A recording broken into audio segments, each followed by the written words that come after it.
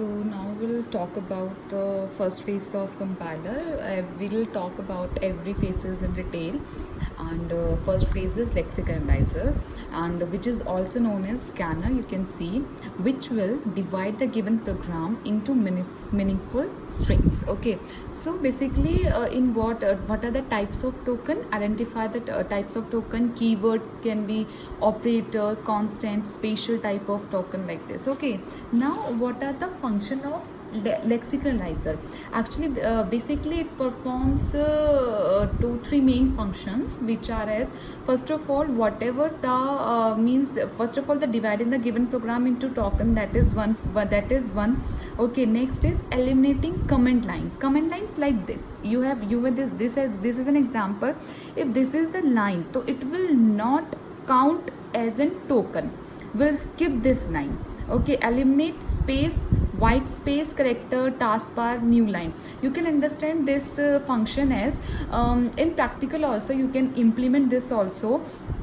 Giving a space after int, after main, like this is okay, but giving a space after main is not mandatory, because while compiler perform or do the task, it will remove those white spaces. So it will also okay if you type your program in continuous way. Okay, so it will help in giving error message by providing raw number or color number.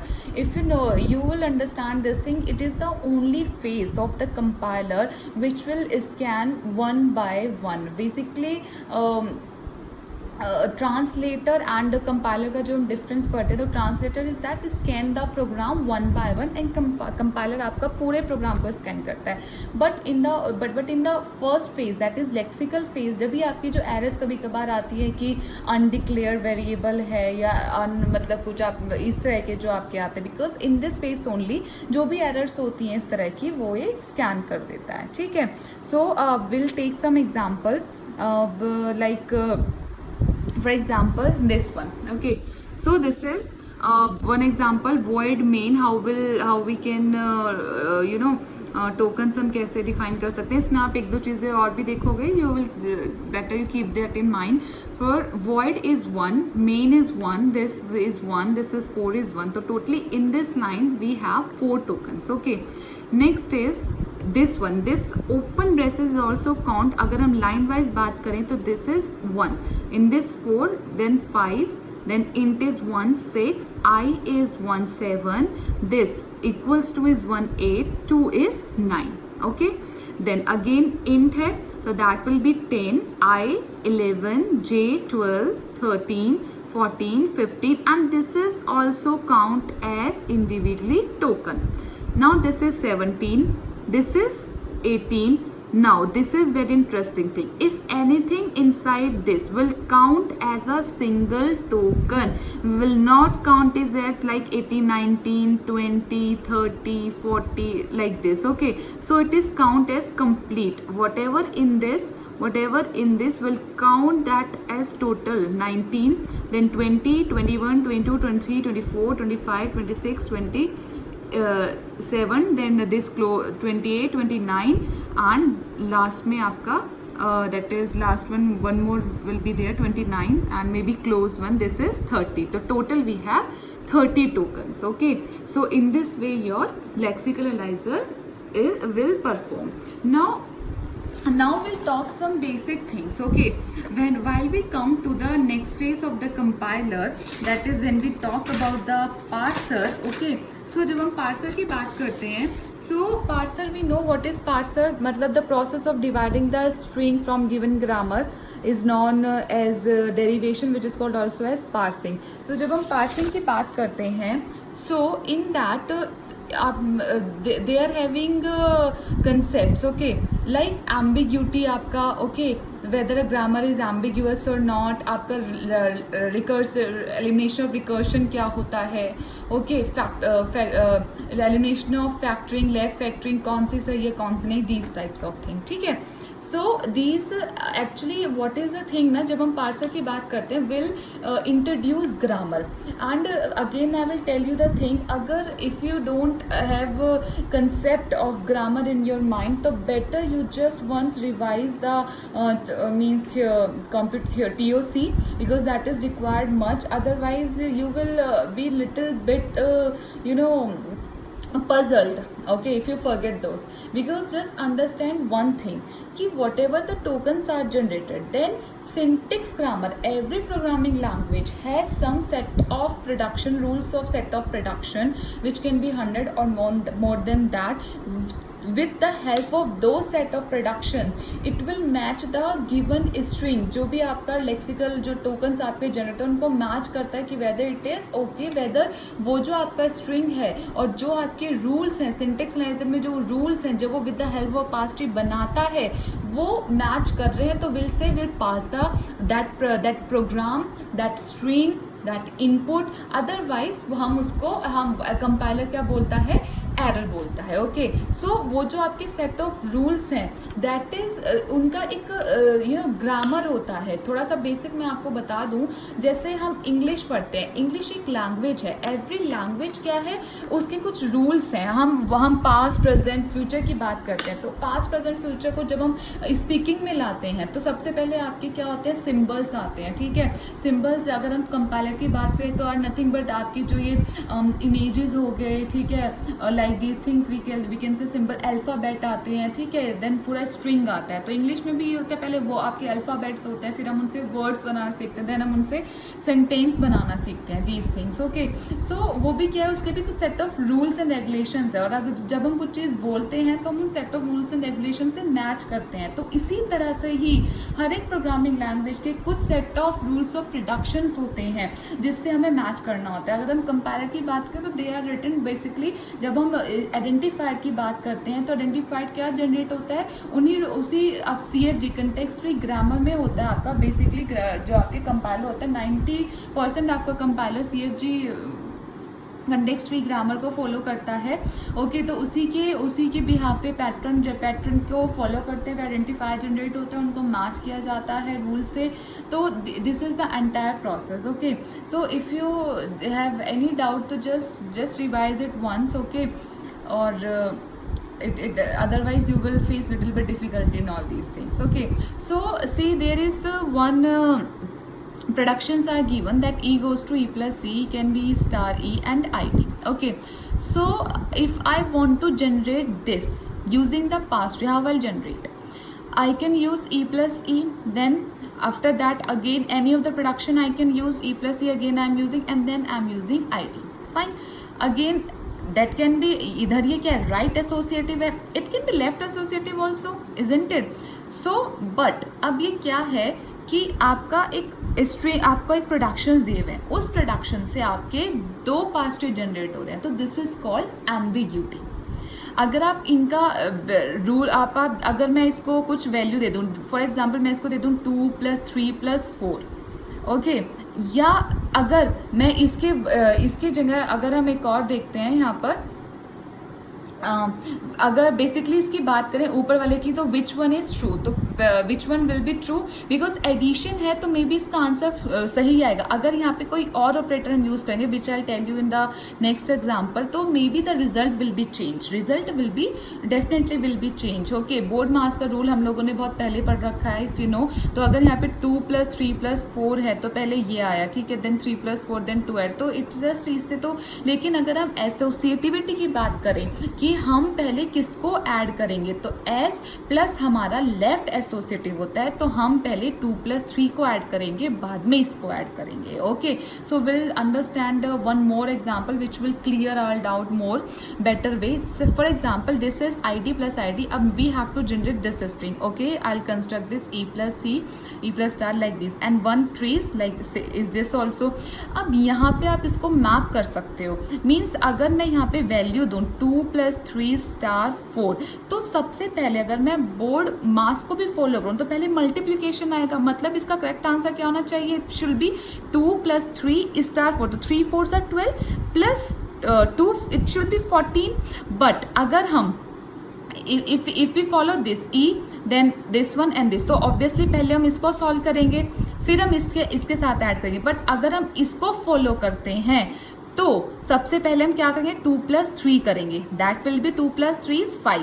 Then 5 को हम multiply कर रहे हैं 4 से, तो the answer will be 20। तो you can understand what I am trying to relate you, that जब हमारे दो क्या होता है जनरली, जब हमारे दो पार्स ट्री बन रहे होते हैं, कोई भी हमारा प्रोडक्शन दिया हुआ होता है, जब हम पार्सर्स की बात करते हैं और हमारे दो पार्स ट्री बन रहे होते हैं, तो पार्सर विल गेट कंफ्यूज कि which one I have to follow. तो दैट इज और you can say a restriction. हम जब भी किसी ग्रामर को सॉल्व करते हैं, कोई भी सेट ऑफ प्रोडक्शन दिया होता है, तो that grammar shouldn't be ambiguous, and I'll tell you there is no rule that whether a grammar is ambiguous or not. It's just a hit or trial, and as well as there is no rule to there is no algorithm for giving a solution for removing the ambiguity. Okay, it is also hit and trial, or we have to, you can say, हमें अपनी grammar को improve करना पड़ता है। For example means to eliminate the problem like associative and precedence, what we can do, अगर हमें associative को एलिमिनेट करना है, we can restrict the grammar by making it left associative.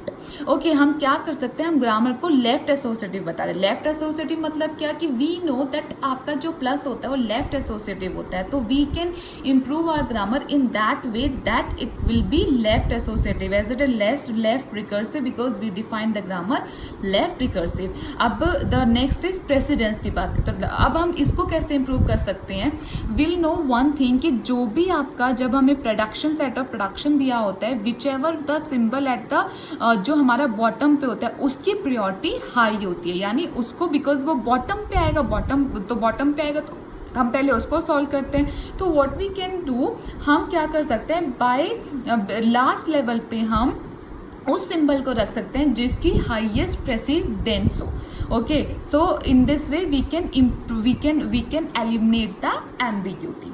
Okay, so this is the concept for the ambiguity के लिए। ठीक है, नेक्स्ट आपका एक कंसेप्ट आता है recursion. What is recursion?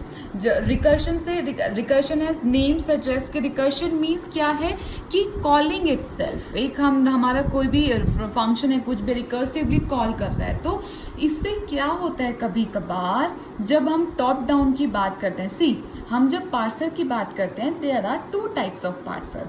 Okay, will discuss that in detail also, but just in concept को समझने के लिए आप क्या कर सकते हो कि हम पार्सर, हमारे 2 तरह के पार्सर होते हैं, एक होता है हमारा टॉप डाउन, एक होता है हमारा बॉटम अप पार्सर। तो अभी जब रिकर्शन की बात करें, रिकर्शन की जब हम बात करते हैं, तो अगर हमारा 2 टाइप से हमारा रिकर्शन हो सकता है। One is like this, A goes to A alpha and beta। तो what will do, A goes to A alpha, A goes to alpha, then like this ना, A every time A left recursion.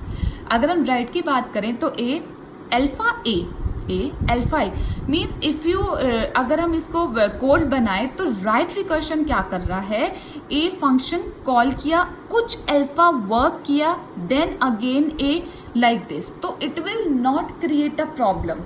But अगर हम left recursion की बात करें तो what is actually happening, A is there, then again there is A, मतलब alpha आया नहीं, यहाँ पे अल्फा पहले आ गया, अल्फा कुछ काम कर लिया, then there is A। okay, but whatever is here is what is here happening, A then this alpha like this। तो मतलब ये क्या है, यू कैन से B अल्फा स्टार, और यहाँ क्या है अल्फा B स्टार, यानी अल्फा कुछ काम के बाद एनी नंबर ऑफ बीटा, यहाँ पर क्या है, ये कॉल हो रहा है पहले, and then you can say alpha star. तो व्हाट इज एक्चुअली हैपनिंग कि राइट रिकर्शन कोई प्रॉब्लम नहीं क्रिएट करता है, बट जो लेफ्ट रिकर्शन होता है वो कभी कभार क्या करता है, जो हमारा टॉप डाउन पार्सर पे जो वे वर्क करते हैं, तो वो इनफाइनाइट लूप में चले जाता है। Okay, it will goes into a infinite loop. तो there for this there is method to how to remove the left recursion. So what is the method is that, for example this is A goes to you can say, we will directly come to the example। like e goes to e plus t और t goes to, this is the some standard, एक ये आपका मैंने set of production लिया है, expression can be expression और term can be term into factor और factor can be identified और can be null. Okay, so what I am doing, see recursion क्या होता है, left recursion is what, see this is left recursion, this is left recursion, left side है ना. Okay, if it likes t plus e तो it should be right recursion. Okay, and one thing मोर, मैं एक चीज़ आपको बता दूं, जब हम एसोसिएटिविटी की बात करते हैं, अगर भी यहाँ प्लस है, आगे हम देखेंगे, we will see this in I think operator precedence में हम देखेंगे जब हम पढ़ेंगे पार्सर्स को. तो अगर हम कभी कभार क्या होता है, एसोसिएटिविटी जो हमारी एसोसिएटिविटी होती है वो हमारे रिकर्शन से भी रिलेटेड होती है. जब हम आगे पार्सिंग टेबल बनाएंगे तो विल सी दोज थिंग्स. ठीक है, कि for example here we know कि plus is left associative, star is आपका लेफ्ट एसोसिएटिव है, बट अगर ये रिकर्शन राइट होता तो will say it is right recursion. Okay, associativity मतलब what I mean to say कि it will affect the associativity also recursion. So see here, हमें अब ये चीज़ आपको क्लियर हो गई. अगर इस तरह का आपका कोई भी ग्रामर आता है जहाँ पर आपका जहाँ पर आपका जो स्टार्टिंग सिंबल है वो सेम है आपके राइट हैंड साइड के स्टार्टिंग सिंबल से, तो हम उसको बोलते हैं लेफ्ट रिकर्शन. और ये हमारे पार्सर्स के लिए दैट शुड बी अवॉइडेबल होना चाहिए. ओके, अब इसको अवॉइड कैसे करें, there is a very simple rule, I means from my college time I am following that. मैंने तभी आपके रिकर्शन हो गया, आपका लेफ्ट फैक्टरिंग हो गया, फर्स्ट फॉलो हुआ, तो ये चार चीज़ें ऐसी थी. From my college time I grab these things. Okay, so I will tell you the same thing to you also. What you will do, formula अगर आप इम्प्लीमेंट करोगे तो फॉर्मूला क्या है आपका, that is E plus T. तो आप ई को क्या मानो, ए मानो, और जो हमारे सेम जो रीजन से रिकर्शन आ रहा है, जैसे मैं समझा रही हूँ, अगर आप थोड़ा सा उसको वैसे ही समझिएगा, ई प्लस ई, तो उसको ए माना. देन जो रिकर्शन सिंबल के बाद जितना भी आपका बच रहा है उसको अल्फा मान लो, एंड इसके बाद जो है उसको हम बीटा मान लेंगे.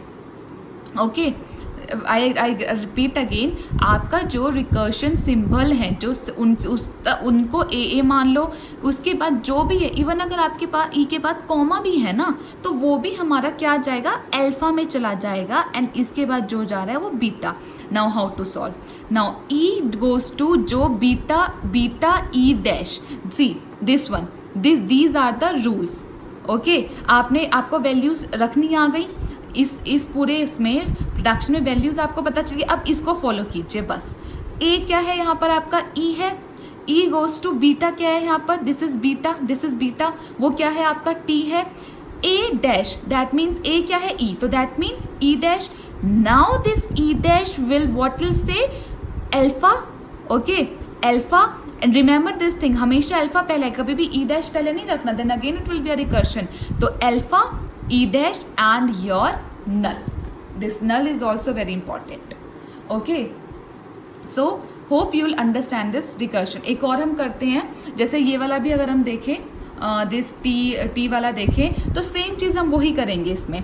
देखो सेम सिंबल कौन से हैं, दिस टी को हम ए ले सकते हैं, स्टार एफ को हम अल्फा ले सकते हैं, एंड एफ को हम बीटा ले सकते हैं. तो पहला रूल क्या कहता है आपका, फर्स्ट रूल कहता है A goes to B this one, तो T can goes to F है आपका beta, and T dash, way T dash goes to this T dash star F T dash and epsilon. Okay, so hope this recursion you'll understand how this actually work. Okay, so one more concept is there, that is left factoring. क्या होता है आपका, see ambiguous हुआ, अनएम्बिग्यूअस हुआ, ठीक है, एक चीज़ हमने ये बात कही. देन हम ग्रामर पे आए, हमने देखा ग्रामर है हमारा राइट रिकर्शन होता है, लेफ्ट रिकर्शन होता है. Then there is one thing more in grammar, that is deterministic और नॉन डिटर्मिनिस्टिक.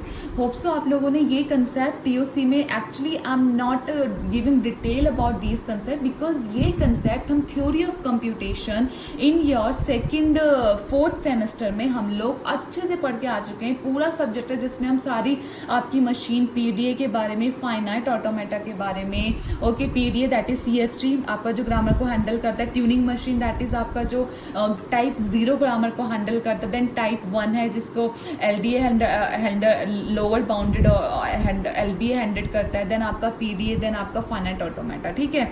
सो तो that's why I am not giving any detail about what is deterministic, what is non deterministic, because these things you must know, okay. So grammar can be deterministic और आपकी non deterministic होती है, ठीक है।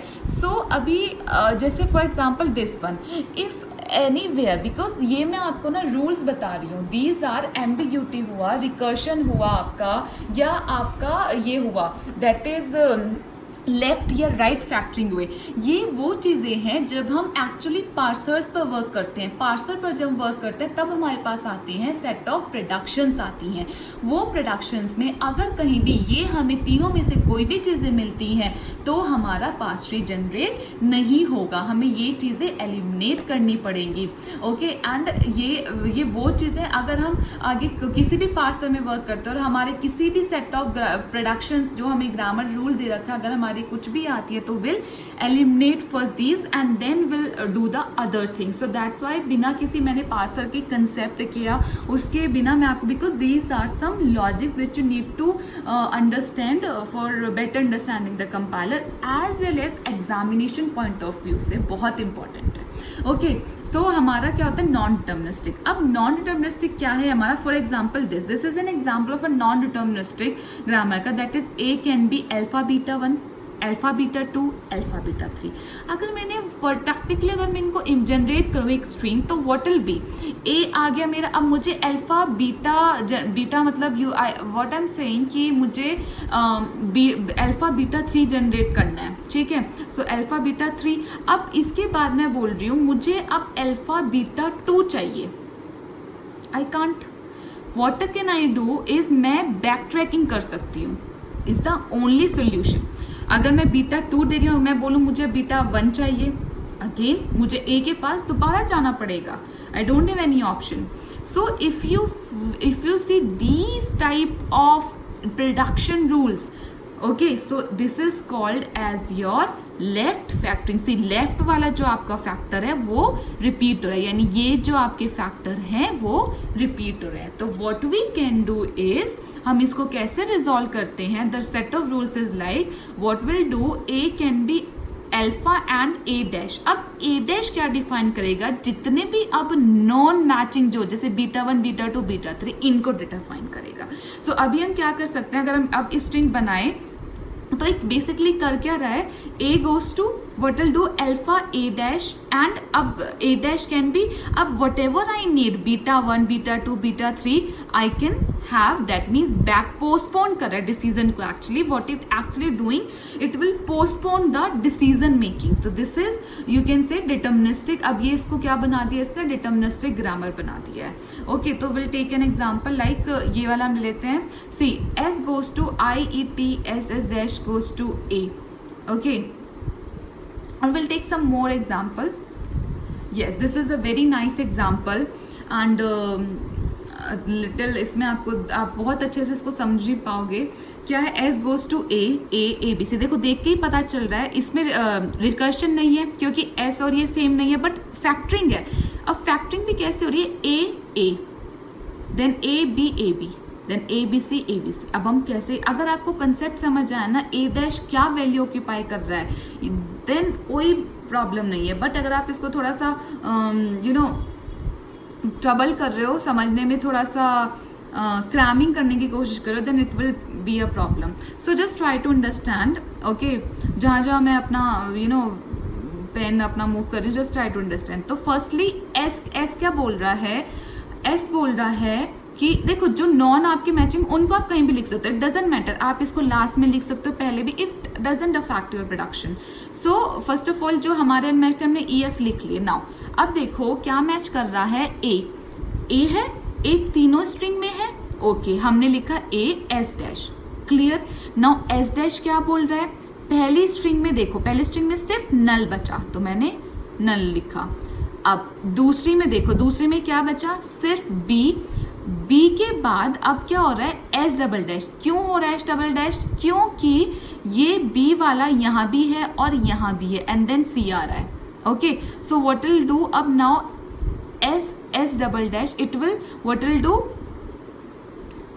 इसमें क्या आ गया नल स्लैश, अब नाउ सी आ गया, सी एस ट्रिपल डैश। अब सी ट्रिपल डैश के बाद क्या आएगा, ये आएगा, इसमें क्या आ गया नल और यहाँ पर क्या है डी एस, लाइक दिस।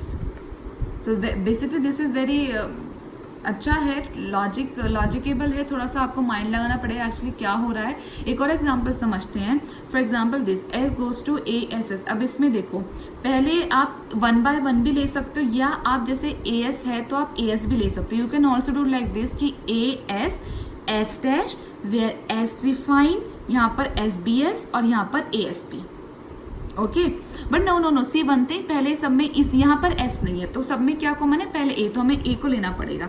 तो S goes to A S dash and B, जो हमारा जिसमें कुछ हमारा लेफ्ट फैक्टरिंग नहीं है वो, जैसे हमने यहाँ पे ई एफ लिया था, राइट। अब नाउ एस डैश क्या डिफाइन कर रहा है, यहाँ पर आओ एस एस बी एस, यहाँ पर S A S P and B B. अब यहाँ क्योंकि कुछ ये बी बी क्या आ जाएगा, बी बी, अब यहाँ पर क्या कॉमन है, एस एस कॉमन आ रहा है, तो what I am taking S S double dash where S dash double dash क्या डिफाइन करेगा नेक्स्ट लाइन में, ये करेगा जो इसके बचे हुए थे S B S A S P, A S P. So hope this concept is clear to you. Both the three concepts are very important while we are dealing with the parser production से जो deal करेंगे. Okay?